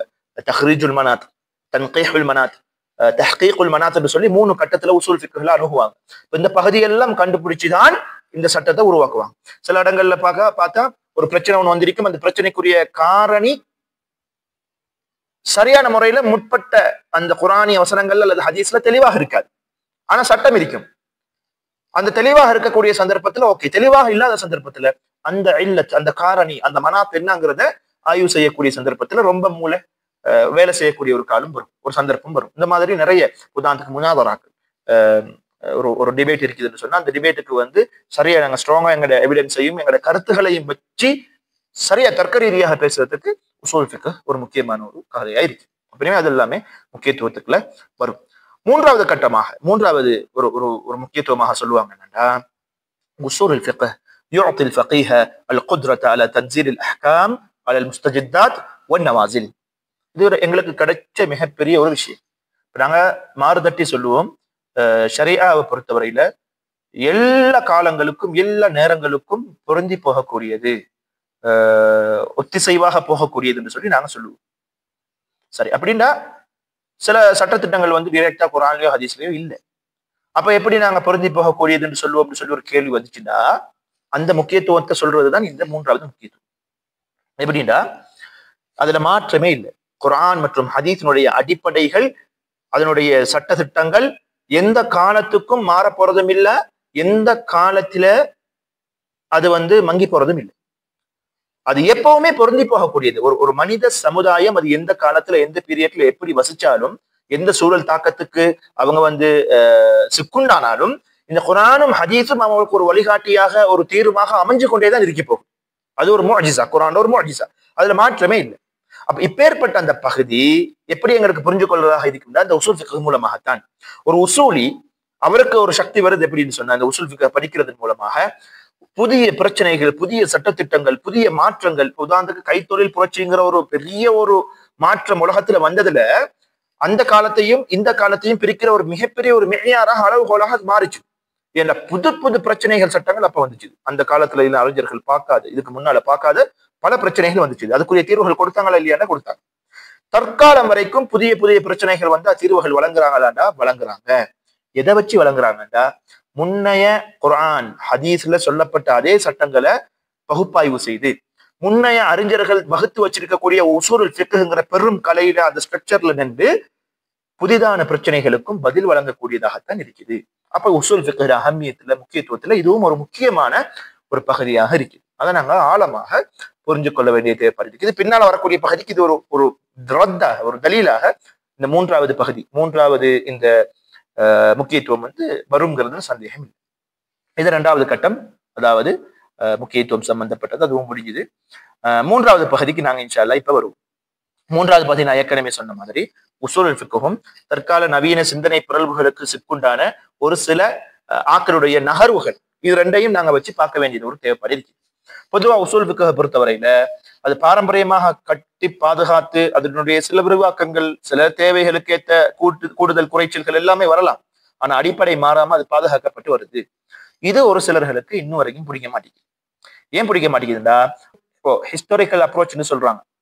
இப்ப ஒரு சில ஹதாசியன்கள், அதாவது என்ன சொல்றது, மார்க்க அடிப்படைகளை அப்படியே விட்டு போட்டு தற்கால மேற்கத்தைய சில அடிப்படைகளை தலையில செலுத்தி மார்க்கத்தை, குர்ஆனை, ஹதீஸை அதுக்கேற்ற மாதிரி வளைக்க பார்க்கிற ஒரு முயற்சி, ஒரு எஜெண்டா.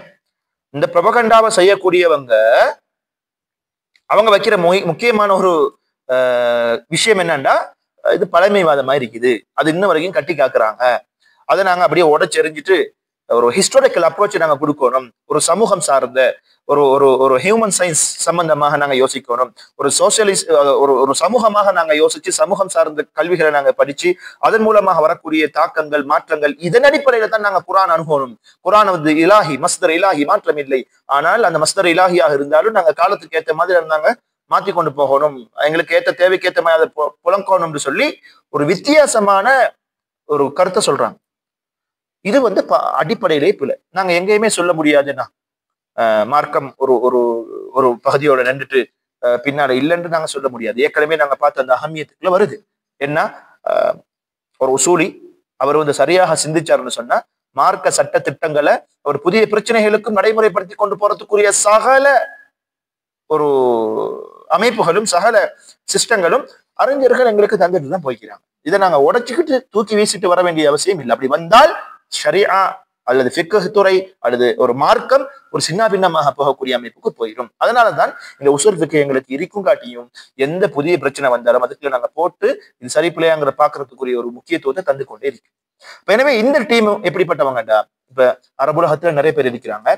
முகமது ஷஹரூர்னு சொல்லி இருக்கிறாரு, அப்துல் மஜீத் அர்கோ, முகமது அர்கோன்ற ஒரு ஆள் இருக்கிறாரு, அப்துல் மஜீத் ஒரு ஆள் இருக்கிறார். இந்த மாதிரி நிறைய பேர் இருக்கிறாங்க அரபுலகத்துல. இவங்க எல்லாம் இந்த வாதத்தை முன்வைக்கிறவங்க தான். இவங்ககிட்ட சில கருத்துகள் இருக்குது, ரொம்ப பாரதூரமான கருத்துகளும் இவங்க சொல்லிட்டு போயிருக்கிறாங்க. ஒரு சிலர்கள் இறந்து போயிட்டாங்க, ஷஹரூர் சொல்றவரெல்லாம் இறந்துட்டாரு, ஒரு சிலர்கள் இருக்கிறாங்க. இந்த மாதிரியான கருத்துகள் அரபுலகத்துல எல்லாம் வச்சுக்கொண்டே இருக்கிறாங்க. ஏன்னா அவங்க உடைச்சுக்கிட்டு வர்றதுக்கு பாக்குறாங்க, அது முடிய மாட்டேங்குது. அதுதான் உண்மையும் கூட. ஒரு சிலர்கள் அடிப்படை அறிவில்லாட்டி அவங்க கொஞ்சம் தளர்ந்து போயிடுவாங்க. அதை தாண்டி என்ன உடைக்க முடியாது. நாங்க கட்டாயமாக இவ்வாறான கலைகளை, குறிப்பா உசூல் ஃபிக்ஹை படிச்சு கொடுக்குற முதர்ரிஸாக இருக்கலாம் அல்லது முஅல்லிமாக்களாக இருக்கலாம், புத்தகத்துல இருக்கக்கூடிய சந்தர்ப்பத்துல அந்த பகுதியை படிச்சு கொடுத்துட்டு போயிடணும். ஆனா இதுக்குரிய மாற்றமாக வரக்கூடிய கருத்துக்கு நாங்க எப்படி ரியாக்ட் பண்றது, நாங்க எப்படி அதுக்குரிய மறுப்புகளை கொடுக்கறதுங்கிறதுக்குரிய சிஸ்டத்தையும் நாங்க படிச்சு கொடுக்க வேண்டிய கடப்பாடு தேவைப்பட்டு இருக்கிறோம். எங்களோட மாணவர்களுக்கு நாங்க படிச்சு கொடுக்க வேண்டிய தேவைப்பட்டு இருக்கிறோம். அதுக்கு நாங்க எப்படி ரத்து கொடுக்கணும், அதை உடைக்க கூடாது, உடைச்ச என்ன விளைவுகள் வருது, நீங்க சொல்றதுக்கு எங்கள்கிட்ட இதான் மாற்றியில இருக்குது, பதில் என்ன, எல்லாத்தையும் நாங்க சொல்லிக் கொடுக்க வேண்டிய ஒரு தேவைப்பாடு இருக்கு. இது ஒரு தனி கலையாக ஒரு உசூல் ஃபிக்ஹ் பாடத்தை ஒரு தனி மபஹஸாக போட்டு படிச்சு கொடுக்க வேண்டிய ஒரு தேவைப்பாடு இருக்குது. இப்ப நஸ்ஹுல் குர்ஆன் மன்சூக்ங்கிறத சில பேர் இப்ப மறுக்கக்கூடிய ஒரு சிச்சுவேஷனுக்கு வந்திருக்கிறாங்க. இப்ப நஸ்ஹுல் குர்ஆன் மன்சூக்ங்கிறது இஸ்திதலால் பகுதிக்குள்ள உசூல் ஃபிக்ஹ்ல படிக்க போறோம். அப்ப அந்த மன்சூக்ங்கிறது உசூலோட சம்பந்தப்பட்ட ஒரு பகுதி. அதை பத்தின அறிவு இல்லாம மறக்கக்கூடிய ஒரு சமூகம் வருதுன்னா அதுக்கு நாங்க எப்படி ரிப்ளை பண்றது, அவங்கள நியாயமான கருத்துக்கள் சொல்லக்கூடிய கருத்துக்களை நாங்க எப்படி நாங்க உள்வாங்கி அது நாங்க நம்ம என்ன பிரச்சனைனா அடுத்த கருத்துக்களை உள்வாங்கிறதுக்கு கூட நாங்க ரெடி இல்லாம இருக்கிறோம். காரணம் எங்கள்கிட்ட அடிப்படையாக சில விஷயங்கள் ஸ்ட்ராங்காக இல்லைங்கிறது தான் உண்மை, ஒரு துரதிருஷ்டவசமான உண்மை. அதை நாங்க மோடிஃபை பண்ணி சரியாக புரிஞ்சு கொண்டு அதுக்குரிய ஏற்பாடுகளையும் நாங்க செய்ய வேண்டிய ஒரு தேவைப்பாட்டில் இருக்கிறோம். அந்த வகையில இவ்வாறான கருத்துக்கள் சொல்லக்கூடியவங்களுக்கு நாங்க ரத்து கொடுக்கக்கூடிய, மறுப்பு கொடுக்கக்கூடிய ஒரு கலையும் இந்த உசூல் ஃபிக்ஹ்ல கொண்டு வர வேண்டிய ஒரு கலையாக இருக்குது. ஒரு சில கூற்றுகளை பாருங்க, அவங்க சொன்ன கூற்றுகளை நான் சொல்றேன். இவர் யாரு, ஷஹரூன் சொல்லக்கூடியவர் சொல்றாரு, மூளையை இமாம் கசாலி அதே போல இப்னு அரபி போன்றவங்கள்ட்ட நாங்க அடகு வச்சுட்டு அதுக்கு ஒரு மாற்றீடு அவங்களுக்கு பிறகு யாரும் இல்லைன்ற மாதிரியான ஒரு துணியில அப்படி மூடப்பட்டு உசூல் ஃபிக்ஹ ஒரு இதுக்குள்ள ஒரு கலையை கொண்டு வந்து ஒரு இதுக்குள்ள பூட்டி வச்ச மாதிரி பயன்படுத்துறாங்கன்னு சொல்லி ஒரு கருத்தை சொல்றாரு. அடுத்தவர் ஆர்கோன் என்று சொல்லக்கூடியவர் சொல்றாரு, لقد ساهم الشافعي في سجن العقل الإسلامي داخل أسوار منهجية معينة سوف تمارس دورها لإلغاء التاريخية. பாருங்க எவ்வளவு பெரிய ஒரு கருத்து. இவர் சொல்றாரு, இமாம் ஷாஃபி ரஹ்மத்துல்லாஹி அலைஹி அவங்க வந்து இஸ்லாமிய சிந்தனைய ஒரு குறிப்பிடப்பட்ட ஒரு சிஸ்டத்துக்குள்ள இருக்கிற ஒரு செவத்துக்குள்ள போட்டு மூடிட்டார். செவத்துக்குள்ள போட்டு மூடின பங்கு அவருக்கு தான் அப்படின்னு சொல்லிட்டு சொல்றாரு. இந்த சிஸ்டம் என்ன செய்யுதுடா, இந்த ஹிஸ்டாரிக்கல் அப்ரோச்னு சொல்லக்கூடிய அந்த ஹியூமன் சயின்ஸை பத்தி அல்லது சோசியல் சமூக ரீதியான அந்த கற்கைகளை மேற்கொள்ற அமைப்புல இருக்கக்கூடிய அந்த முறை, இந்த மாதிரி பின்புலம் ஒரு சட்டம் பிறக்குது சந்தர்ப்பத்தில் அது எந்த பின்புலத்துல இறங்கி அது எதுக்கு பயன்படுத்தப்படுது போன்ற பல பகுதிகளை இல்லாமாக்குது என்று சொல்லி ஒரு கருத்தாக இவர் வைக்கிறார். அல்லாஹ் பாதுகாக்கணும். இமாம் ஷாஃபி ரஹ்மத்துல்லாஹி அலைஹி அவங்க வந்து மிகப்பெரிய ஒரு அறிஞர். சொல்ல போனா முஜத்தித் என்று சொல்லக்கூடிய அந்த ஹதீஸ் எடுத்துக்கிட்டா அந்த ஹதீஸுக்கு விளக்கம் கொடுக்கிறவங்க பல விளக்கங்களை கொடுத்துட்டே போவாங்க. ஆனா எதுலையுமே உடன்பாடா இவர் தான் இந்த நூற்றாண்டின் முஜத்தித் என்று சொல்லி யாரையுமே அடையாளப்படுத்தினதே இல்லை. அப்படி அடையாளப்படுத்தினா கருத்து வேறுபாடு, ஒவ்வொரு ஆக்களும் சொல்லிக்கிட்டே போவாங்க. ஆனா எல்லோருமே ஒன்றுபட்டு முடிவெடுத்து சொன்ன அறிஞர்கள் வந்து 2 பேர்னு சொல்லுவாங்க. அதுல ஒண்ணு உமர் இப்னு அப்துல் அசீஸ், இரண்டாவது இமாம் ஷாஃபி ரஹ்மத்துல்லாஹி அலைஹி. மிகப்பெரிய ஒரு அறிஞர். இந்த உசூலுல் ஃபிக்ஹ தியரியா ஒரு அவங்கட காலத்துல தத்பீக்ல நடைமுறையில இருந்த பகுதிகள் எல்லாமே ஆய்வு செஞ்சு அதனுடைய தியரியாக ஒரு ரிசாலான்னு சொல்லக்கூடிய ஒரு மிகப்பெரிய ஒரு நூலை எங்களுக்கு சொத்தாக தந்திருக்கிறாங்க. அதன் மூலமாக பல விஷயங்கள் வளர்ந்துச்சு. நாங்க இன்ஷால்லா அடுத்த கட்டத்துல அதை பார்ப்போம் கொஞ்சமா. அப்ப இப்பேற்பட்ட இமாம இப்படியான ஒரு அவதூறு சொல்லக்கூடிய ஒரு நிலைக்கு வந்துட்டாங்க. காரணம், மேற்கத்தைய சிந்தனையில ரொம்ப ஆழமாக தாக்கம் பெற்று குர்ஆனையும் ஹதீஸையும் அவங்களோட ஹவாவுக்கு அல்லது அவங்களுடைய நப்சுக்கு அல்லது அவங்களோட எஜெண்டாவுக்கு அந்த எஜெண்டாவில் வேலை செய்யக்கூடிய அமைப்புக்கு அவங்க மாறிட்டாங்க. இது ஒரு பிழையான ஒரு அணுகுமுறை. இதுல இருந்து நாங்க ரொம்ப தெளிவாக நாங்க என்ன செய்யணும், பயணிக்கணும். அதை நாங்க கொஞ்சம் புரிஞ்சுக்கணும் அப்படி சொன்னா எங்களோட மாணவர்களுக்கும் நாங்க அதை படிச்சு கொடுக்க முடியும் இன்ஷா அல்லாஹ். இதை பத்தி நிறைய நூல்கள் மாஷா அல்லான்னு சொல்லி தற்கால அறிஞர்கள் சவுதியில் இருக்கக்கூடிய நிறைய அறிஞர்கள் இருக்கிறாங்க. இதை பத்தி நிறைய நூல்கள் எழுதியிருக்கிறாங்க மாஷா அல்லான்னு சொல்லி. ஒரு சில பகுதிகளை நாங்க கட்டாயமா வாசிச்சு பார்க்கணுங்கிற ஒரு தேவைப்பாடும் இருக்குது. ரைட், 4வது பகுதிக்கு வருவோம். இதோட இன்ஷா அல்லாஹ் நாங்க இதை பிடிச்சு கொள்வோம். 4வது பகுதி என்ன, இது எப்படி உசூல் ஃபிக்ஹ் கலைங்கிறது வந்து வளர்ந்துச்சுது, எந்தெந்த கட்டத்துல அது வந்துச்சுங்கிறத நாங்க பார்ப்போம். அதுல ரசூலுல்லாஹ் காலம், இந்த ரசூலுல்லாஹ் காலத்தை நாங்க வந்து மர்ஹலா தத்பீகியா என்று சொல்லுவோம். 2வது காலம் இருக்குது என்னன்னு சொன்னா மர்ஹலா அத்தஸீல் வத்தன்தீர். 3வது கட்டம் இருக்குது மர்ஹலா அந்நக்த்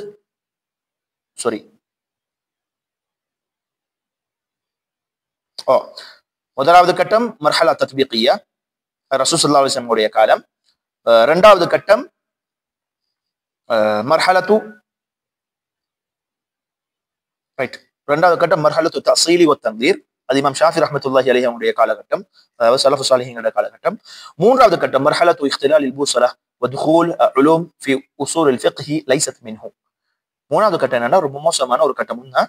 அதுக்குள்ள உசூல் ஃபிக்ஹ் சம்பந்தப்படாத பகுதியெல்லாம் உசூல் ஃபிக்ஹாக கொண்டு வந்து சேர்த்து அது ஒரு வகையான கொலாப்ஸ் ஆக்கி ஒரு சின்ன பிரச்சனைகளையும் தடம் மாற்றங்களையும் கொண்டு வந்து ஒரு பகுதி. அது 3வது கட்டம். 4வது கட்டம் மர்ஹலத்து நக்தி வத்தன்கீஹ். அந்த பிரச்சனை எல்லாத்தையுமே சீர் செஞ்சு 3வது கட்டத்துல வந்து பிரச்சனை எல்லாத்தையுமே சீர் செஞ்சு இமாம் ஷாஃபி ரஹ்மத்துல்லாஹி அலைஹி காலத்துல எப்படி உசூல் ஃபிக்ஹ் புழங்கப்படணுமோ அந்த பகுதிக்கு கொண்டு போய் சேர்க்கக்கூடிய கட்டம். அது 4வது கட்டம். இறுதி பகுதி வந்து தற்காலத்தில் இருக்கக்கூடிய நிறைய நூல்கள் இருக்குது, அதை நாங்கள் படிக்கணுங்கிற ஒரு இதா இருக்கும். அதுல முதலாவது கட்டத்துக்கு வருவோம். முதலாவது கட்டத்தை பொறுத்தவரையில ரசூல் ஸல்லல்லாஹு அலைஹி வஸல்லம் காலப்பகுதியில தத்பீகியன் உசூல் ஃபிக்ஹ் இருந்துச்சு, நடைமுறையில இருந்துச்சு.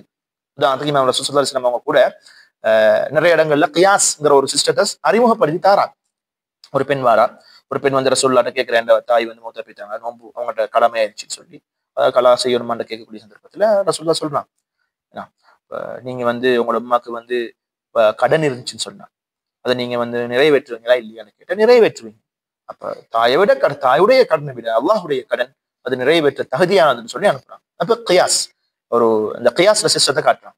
2வது முஆத் இப்னு ஜபல் ரலியல்லாஹு அன்ஹு அவங்களை வந்து அனுப்பக்கூடிய தஅவாக்கு அனுப்பக்கூடிய சந்தர்ப்பத்துல எப்படி நீங்க தீர்ப்பு செலுத்துவீங்கன்னு கேட்கக்கூடிய சந்தர்ப்பத்துல சொல்றாங்க, முஆத் ரலியல்லாஹு சொல்றாங்க, குர்ஆன ஹதீஸை கொண்டு தீர்ப்பு செலுத்துறாங்க. அப்படி இல்லாத சந்தர்ப்பத்துல என்ற ரஅயை வச்சு நான் அஜ்தஹிது ஃபீஹ், நான் இஜ்திஹாத் செய்வேன் அப்படின்னா அங்கன இஜ்திஹாத்ங்கிற ஒரு பகுதி வருது. அப்ப அங்கன உசூல் ஃபிக்ஹ்ல மிக முக்கியமான பகுதி இஜ்திஹாத். அப்ப அந்த பகுதியில ரசூல் ஸல்லல்லாஹு அலைஹி வஸல்லம் அதை வரவேற்று வழி அனுப்பின வரலாறு நாங்க பார்க்கிறோம். இந்த மாதிரி நிறைய பகுதி தத்பீகியன் இருக்குது. இரண்டாவது கட்டம் மர்ஹலத்து தஸீலி வ தன்வீர். அது ஒரு தியரியாக எங்களுக்கு கையில கிடைக்குது. அறிஞர்கள்ட்ட அப்ப இமாம் ஷாஃபிக்கு முன்னால உசூல் ஃபிக்ஹ் இல்லையான்னு கேட்டா இருக்குது. நடைமுறையில மாஷா அல்லான்னு சொல்லி அது வச்சுக்கொண்டே தான் இருக்கிறாங்க. ஆனா ஒரு தியரிட்டிக்கல் அப்ரோச் இந்த அமைப்புல ஒரு நூலாக ஒரு ஒரு கலையாக ஒரு தியரியாக எங்களை கையில கொண்டு தந்த முதல் ஆள் யாருன்னா இமாம் ஷாஃபிஈ ரஹ்மத்துல்லாஹி அலைஹி ரஹ்மத்துல் வாசிஅ ரஹிமஹுல்லாஹ் ரஹ்மத்துல் வாசிஅ. மிக முக்கியமான அறிஞர். ரிசாலா என்று சொல்லக்கூடிய அந்த நூல் எங்களுக்கு தராரு. அந்த நூல் உசூலுல் ஃபிக்ஹ்ல பத்தி பேசக்கூடிய மிக முக்கியமான முதன்மையான நூல்ங்கிறதாக பிரசித்திப்படுது. அதுக்கு பின்னால நிறைய அறிஞர்கள் ஒவ்வொரு காலகட்டத்திலையும் அவங்களுடைய நடைமுறை கேட்டு சட்டங்களின் அடிப்படையில உசூல் ஃபிக்ஹ் வளர்த்து கொண்டே போனாங்க. அப்ப எனவே ஷாஃபி ரஹ்மத்துல்லாஹியுடைய காலத்துல ரிசாலாங்கிற நூல் மிக முக்கியமான நூலாக இருக்குது. அதுக்கு தஹ்கீக் பண்ணின அஹ்மத் ஷாக்கிர் ரஹ்மத்துல்லாஹி அலைஹி அவங்க முக்கியமான ஒரு ஆள். ஹதீஸ் கலையில பிரசித்தி பெற்றவர். இந்த நூலுக்கு தஹ்கீக் பண்ணக்கூடிய சந்தர்ப்பத்துல இமாம் ஷாஃபியுடைய அறிவை பத்தி சொல்றாங்க. மத்ஹுக்கு பொருத்தமானவர், அந்த மாதிரி யாருமே இல்லைன்ற அமைப்புல ரொம்ப ரொம்ப ஆழமாக இமாம் ஷாஃபியை பத்தி அதாவது புகழ்றாங்க. அதே மாதிரி அவங்களுடைய அதப், அந்த லிட்ரேச்சர் அப்ரோச் எப்படி இருக்குது, அவங்களோட அதப் அந்த அரபு பாண்டித்தியம் எப்படி இருக்குதுங்கிறதையும் விளக்கப்படுத்துறாங்க. ரொம்ப முக்கியமான ஒரு இமாமாக இமாம் ஷாஃபி இருக்கிறாங்கன்னு சொல்லி இமாம் ஷேக் அஹ்மத் ஷாக்கிர் ரஹ்மத்துல்லாஹி அலைஹி அவங்க சொல்றாங்க. அவங்க இப்ப சந்தோஷம் படுறாங்க. இந்த அறிவை நான் கொண்டு வந்து மக்கள்கிட்ட சேர்க்கிறேனேங்கிற அமைப்புல எனக்கு ரொம்ப சந்தோஷம்னு சொல்லி அதை முடிக்கிறாங்க. மூன்றாவது கட்டம் தான் உசூலுல் ஃபிக்ஹ்ங்கிற பேர்ல சில பிரச்சனைகள் உள்ளுக்கு கொண்டு சேர்க்கிற பகுதி. இது யார காலகட்டத்தில் நடக்குதுன்னா இமாம் கசாலி ரஹ்மத்துல்லாஹி அலைஹி போன்ற அறிஞர்களுடைய காலகட்டத்தில் நடக்குது.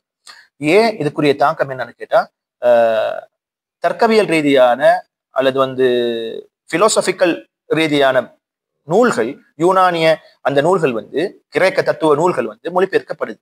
அதனுடைய தாக்கம் அரபுலகத்திலையும் குறிப்பாக அந்த அறிஞர்கள் மத்தியிலும் இருக்குது. இருந்ததன் காரணமாக அந்த தர்க்க ரீதியான சில அடிப்படை விஷயங்களையும் உசூலுல் ஃபிக்ஹ்ல கொண்டு சேர்த்துடுறாங்க. அல்லது சிக்கலான ஒரு கலையாக அதை மாறின ஒரு வரலாறு அந்த மூன்றாவது பகுதியில நாங்க பார்க்கலாம். அதனால ஒரு சில அறிஞர்கள் அதை எப்பவுமே ஆதரிக்கிறதும் இல்லை. இமாம் இப்னு தைமிய்யா ரஹ்மத்துல்லாஹி அலைஹி, இமாம் ஷாத்திபி ரஹ்மத்துல்லாஹி அலைஹி, இமாம் இப்னு கய்யிம் ஜௌஸிய்யா ரஹ்மத்துல்லாஹி அலைஹி போன்றவங்க ஆதரிக்கிறது இல்லை. அப்ப இமாம் கசாலி தான் முதலாவது இந்த கலையை இதுக்குள்ள கொண்டு ஒரு முகத்திமாவாக சேர்த்தாங்கிறதாக வரலாறுகள் இருக்கு. தன்னுடைய நூல் முஸ்தஸ்ஃபாவுல், நான் ஏற்கனவே அந்த வரைவிலக்கணம் பார்த்துமே அந்த நூல். அப்ப இதை பத்தி இமாம் இப்னு ஸலாஹ் ரஹ்மத்துல்லாஹி அலைஹி அவங்களும் ஷாஃபிஈ மத்ஹப் தான். அவங்களே இமாம் கசாலியை பத்தி விமர்சிக்கிறாங்க. இது கொண்டு சேர்த்தது பொருத்தம் இல்லை. ஏன்டா இமாம் கசாலிக்கு முன்னால உஸ்தாதுகளாக முக்கியமானவர்களாக பார்க்கக்கூடிய ஜுவைனி போன்ற அறிஞர்கள் இருக்கிறாங்க. இவங்களோட அளவுக்கு இந்த யூனானிய கிரேக்க தத்துவங்களை கொண்டு வந்தது இல்லைன்னு சொல்லி விமர்சனங்கள் இருக்கு. ஆனா இமாம் கசாலியே சொல்றாரு என்னன்னா, நான் இதை உசூல் ஃபிக்ஹ்னு கொண்டு சேர்க்கல, இதுக்கு உதவியாக ஒரு முகத்திமாக கொண்டு சேர்த்துக்கிறேன்னு சொன்ன அவரோட கூற்றும் அதிலேயே இருக்குது. எல்லாத்த பார்த்தாலும் நாங்க புரிஞ்சு கொள்ளக்கூடிய விஷயம் என்னன்னா, ஒரு பெரிய ஒரு கஷ்டமான ஒரு கலையாக ஒரு ஒரு வித்தியாசமான ஒரு கலையாக அரபு தெளிவாக இருக்கக்கூடிய சந்தர்ப்பத்துல, அதற்குரிய சிஸ்டம் தெளிவாக இருக்கக்கூடிய சந்தர்ப்பத்துல மேலதிகமாக ஒரு விஷயத்தை கொண்டு சேர்த்ததாகத்தான் விமர்சனங்கள் இருக்குது. வல்லாஹு அலம். அதை தாண்டி இதுதான் இந்த மூணாவது கட்டத்துல இந்த உசூல் ஃபிக்ஹ்க்கு ஒரு பிரச்சனையாக சேர்ந்தது. அதுல நல்லதும் இருக்குது, கெட்டதும் இருக்குது. நான்காவது கட்டம் தான் மர்ஹலத்து நக்தி வ தன்கீஹ், கொஞ்சம் கலைபுடுங்கிற ஒரு கட்டம். இது யாரு முக்கியமான ஆண்டா இமாம் ஷாத்திபி ரஹ்மத்துல்லாஹி அலைஹி அவங்க தான் இந்த பகுதியை கொண்டு எங்களுக்கு அழகான முறையில் எடுத்து வைக்கிறாங்க. அது மாத்திரம் இல்லாம இமாம் ஷாஃபியுடைய காலத்துல எப்படி உசூல் ஃபிக்ஹ்னு படிச்சோம் அந்த மாதிரி தான் நாங்க அணுகணுங்கிற ஒரு முக்கியமான ஒரு பகுதியையும் அவங்க மீட்டி கொண்டு தராங்க. அதனால இமாம் இதுக்கு முன்னால மூணாவது கட்டத்துல அந்த தர்க்க ரீதியான அல்லது தத்துவ கலை ரீதியான விஷயங்கள்லாம் அதுக்குள்ள கொண்டு போட வேண்டிய அவசியம் இல்லைங்கிறதையும் சொல்லி காட்டிட்டு குர்ஆன், ஹதீஸ், அதுக்கு அரபு பாண்டித்தியம் போன்ற விஷயங்களை வச்சே நாங்க என்ன செய்யலாம், உசூலுல் ஃபிக்ஹ் குர்ஆனுடைய சட்டங்களை ஹதீஸுடைய அந்த விஷயங்களை நாங்க விளங்கி கொள்ளலாங்கிற அமைப்புல இமாம் ஷாத்திபி ரஹ்மத்துல்லாஹி அலைஹி அவர்கள் தொட்டு இமாம் இப்னு தைமிய்யா, இப்னு கய்யிம் ஜௌஸிய்யா போன்ற அறிஞர்கள் எல்லாம் இதை பத்தின விஷயங்களை எங்களுக்கு கொண்டு தந்திருக்கிறாங்க. இதுதான் இந்த நான்காவது கட்டத்துல மேற்கொண்ட அறிஞர்களுடைய விஷயம். அதுல இமாம் ஷாத்திபியுடைய ஒரு கூற்றை பாருங்க. குல்லு மஸ்அலத்தின் மர்சூமத்தின் ஃபி உசூலுல் ஃபிக்ஹ் லா யன்பனி அலைஹா ஃபுரூஉன் ஃபிக்ஹிய்யா أو آداب شرعية أو لا تكون عونا في ذلك وضعها في أصول الفقه عارية. அதை கொண்டு நாங்கள் உசூல் ஃபிக்ஹ்ங்கிற பேருக்குள்ள கொண்டு வைக்கிறதுங்கிறது ஆரியத்துன், அது அடிப்படை அல்லங்கிறத சொல்றாங்க. அது கொண்டு சேர்த்தது அல்லது ஒரு இரவலாக பயன்படுத்தின மாதிரி தானே தவிர்த்து அது அடிப்படை அல்லங்கிறத இமாம் ஷாத்திபி ரஹ்மத்துல்லாஹி அலைஹி அவங்க சொல்றாங்க. சுருக்கம் என்னன்னா, உசூலுல் ஃபிக்ஹ்ல தெளிவான விஷயங்கள் இருக்குது.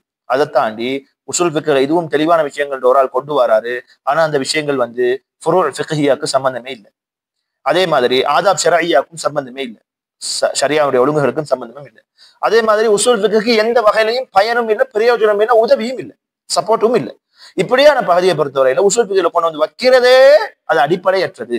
ஆரியத்துன் ஆரியத்துன் அங்க அர்த்தம் என்னன்னா இஸ்திஆரா சிஸ்டத்துல கொண்டு வராங்க, அடிப்படையற்றதுன்னு சொல்றாங்க. ரைட். இதுதான் இமாம் ஷாதிபி ரஹ்மத்துல்லாஹி அலைஹி அவங்க சொல்லிட்டு ஃபிக்ஹ் உசூல் ரெண்டும் இலாஃபத் செய்யப்பட்டு உசூல் ஃபிக்ஹ்ங்கிற ஒரு விஷயத்தை கொண்டு வரக்குள்ள அதுக்குள்ள அஸ்ல தான் நாங்க கொண்டு வரணுமே தவிர சம்பந்தம் இல்லாத விஷயங்களை நாங்க கொண்டு வந்து சேர்க்க வேண்டிய அவசியம் அல்ல, எங்களுக்கு அடிப்படை போதுமானதுன்னு சொல்லி சலஃபு சாலிஹீங்களுடைய விஷயத்தை தொட்டு காட்டுறாங்க. எப்பவுமே இமாம் ஷாதிபி ரஹ்மத்துல்லாஹி அலைஹி அவங்க பெரிய அறிஞர், ஆனால் அவங்க கொண்டு வரக்கூடிய ஒரு பகுதியும் சலஃபு சாலிஹீங்கள் முன்னோர்களுடைய அந்த அடிச்சோடுகளை வைத்துதான் தன்னுடைய நிலை மௌகிஃப்களை கொண்டு வந்து போவாங்க. இதான் இமாம் ஷாத்திபி ரஹ்மத்துல்லாஹி அலைஹி அவங்க சொல்றாங்க. ஏற்கனவே சொன்ன இமாம் கஸாலிக்குரிய விமர்சனங்கள் இப்னு ஸலாஹ் சொன்ன விஷயங்கள்லாம் இருக்குது. கைஃப கஃபர அல்-கஸாலி அன் ஹாலி ஷைഖஹி இமாம் அல்-ஹரமைன் ومن قبله من كل إمام هو له مقدم ولمحله في تحقيق الحقائق رافع له ومعظم ثم لم يرفع أحد منهم بالمنطق رأسا ولا بنى عليه في شيء من تصرفاته أسا. இதுதான் நான் ஏற்கனவே சொன்ன விஷயம் தான். இவங்கெல்லாம் முக்கியமான அறிஞர்கள் முன்னால அவங்களுக்கு ஒரு பெரிய உஸ்தாதாகளாக பெரிய முக்கியத்துவம் வாய்ந்தவங்களாக பாக்குறாங்க. அவங்களுக்கே இல்லாத சில பகுதிகளை இவங்க ஏன் கொண்டு வந்து சேர்க்க வேண்டிய ஒரு நிலைமைக்கு வந்தாங்க அப்படின்னு ஒரு கேள்வியாக இப்னு ஸலாஹ் ரஹ்மத்துல்லாஹி அலைஹி அவங்க கேட்கிற ஒரு விஷயத்தையும் பார்க்கிறோம். எனவே சுருக்கம் என்னன்னு சொன்னா, 2வது கட்டம் அதாவது 4வது பகுதியில வந்து எப்படி வளர்ந்துச்சுங்கிறது நாங்க பாக்குறோம் உசூல் ஃபிக்ஹ். அதுல 1வது கட்டம் தத்பீகியா ரசூலுல்லாஹ்வுடைய காலம், அது எப்படி ரசூலுல்லாஹ் நடைமுறைப்படுத்தி காட்டிக்கிறாங்கிறத பார்த்தோம்.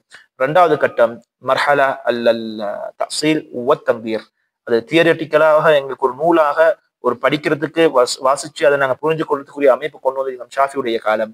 3வது கட்டம் இந்த உசூல் ஃபிக்ஹ்ல கொண்டு வந்து இல்லாத கலைகளை புகுத்தி நோக்கம் நல்லதாக இருந்தாலும் ஒரு கஷ்டமான ஒரு கலையாக மாற்றுறது, ஒரு வித்தியாசம் இல்லாத பகுதிகளை கொண்டு வந்து சேர்க்கறத கூடிய காலமாக அது மாறிச்சுது. 4வது கட்டம் இமாம் ஷாத்திபுடைய கட்டம், அதை திருப்பி கலை புடுங்கி முன்ன சலஃபு சாலிஹீங்கள் எப்படி அதை அணுகுனாங்களோ அப்படி அணுகணும்னு சொல்லக்கூடிய ஒரு சிஸ்டத்துக்கு போகணுங்கிற ஒரு முக்கியமான ஒரு வாதத்தை முன் வச்ச ஒரு காலம் தான் 4வது கட்டம். இப்ப நாங்க நிறைய உசூல் ஃபிக்ஹ் நிறைய பகுதிகளில் ஏற்கனவே உள்ள அந்த இல்முல் கலாம் அது சம்பந்தப்பட்ட அமைப்பிலே நூல்கள் புதுதாக இருக்குது. அது இல்லாம நாங்க எப்படி அதை புரிஞ்சு கொள்ளணும் தெளிவாக சொல்லக்கூடிய அமைப்பிலையும் நிறைய நூல்கள் வந்துட்டு மாஷா அல்லாஹ்னு சொல்லி இப்ப தற்காலத்துல சொல்லக்கூடிய முக்கியமான கிதாபுகளாக அறிஞர்கள் லேசான புத்தகமாக அறிமுகப்படுத்துறது வந்து கமராத்துல் உசூல்னு சொல்லக்கூடியது. ஷேக் முஷாரி அஷ்ஷித்ரி சொல்லக்கூடியவர், அவர் உயிரோடு இருக்கக்கூடியவர். 2வது அல் மன்ஹஜுல் முக்தரஹ் லிஃபஹ்மில் முஸ்தலஹ்னு சொல்லக்கூடிய ஹாத்திம் அல் அவுனி அவருடைய ஒரு நூல், அதுவும் முக்கியமான ஒரு நூலாக கருதப்படுவதாக அறிஞர்கள் சொல்றாங்க. அவைகளை நாங்க வாசிக்கிறதுக்குரிய சந்தர்ப்பத்தை தான் வாசி பார்க்கலாம். இதுதான் சுருக்கம். இப்ப 4 பகுதிகளாக நாங்க இன்னைக்கு உசூல் ஃபிக்ஹ் பார்த்திருக்கிறோம். அதுல 1வது பகுதி என்னன்னு கேட்டா உசூல் ஃபிக்ஹ்ல என்னென்ன பகுதி சம்பந்தப்படும் அதுல 4 பார்த்தோம். ஹுக்கும், தலீல், இஸ்தித்லால், முஸ்ததில். 2வது கட்டம் அஹமியத், அதுல 3 பார்த்தோம். அதுல 1 ஃபஹம், தேவையில்லாத சிந்தனைகளை விட்டு பாதுகாத்து உசூல் ஃபிக்ஹ் எங்களுக்கு ஒரு ஹெல்ப் அமைது. 2வது வந்து உசூல் ஃபிக்ஹை பொறுத்தவரையில புத்திக்கு ரொம்ப வேலை கொடுக்குது, அதனால எங்களுடைய சிந்தனை ரொம்ப ஸ்ட்ராங்காக மாறுறதுக்குரிய வாய்ப்பு இருக்குது. 3வது அஹமியத் என்னன்னு சொன்னா, ஒரு முஜ்தஹிதுக்கு முடியும் புது சட்டங்கள் வந்தாலும் பழைய பாரம்பரிய அமைப்புல இருந்து அதை எடுத்து நடைமுறையில கொண்டு வந்து புதிய பிரச்சனைகளுக்கு தீர்வு கொடுக்க முடியுங்கிறத பார்த்தோம். அடுத்த கட்டம் நாங்க பார்த்தோம் என்னன்னா 3வது பகுதியாக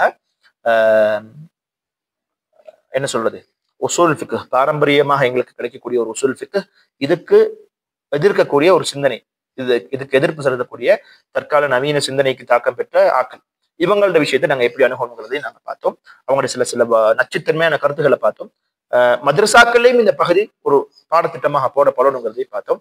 4வது பகுதி தான் அது எப்படி கொஞ்சம் கொஞ்சமாக வளர்ச்சி பெற்றுச்சுங்கிறதை நாங்க பார்த்து முடிச்சிருக்கிறோம். வல்லநாயன் நமக்கு தெளிவான பாதையும் பயன்படுத்தக்கூடிய அமைப்புல உசூல் ஃபிக்ஹ்ங்கிற ஒரு கலையை நல்ல முறையில படிச்சு அதை நடைமுறைப்படுத்தக்கூடிய ஆரம்பத்திலிருந்து இறுதி வரைக்கும் நல்ல ஒரு துறை போக படிக்கக்கூடியவர்களாக எங்களுக்கு எழும்பக்கூடிய சந்தேகங்களுக்கு தீர்வு அதுக்குள்ள கிடைக்கிறது போல பிறருடைய பிழையான சிந்தனைகளுக்கு தீர்வு கொடுக்கக்கூடிய அமைப்பிலும் நாங்க பயணிக்கிறதுக்குரிய பாக்கியத்தை நம் அனைவருக்கும் அல்லாஹ் ரப்பல் ஆலமீன் தந்தருள்வானாக.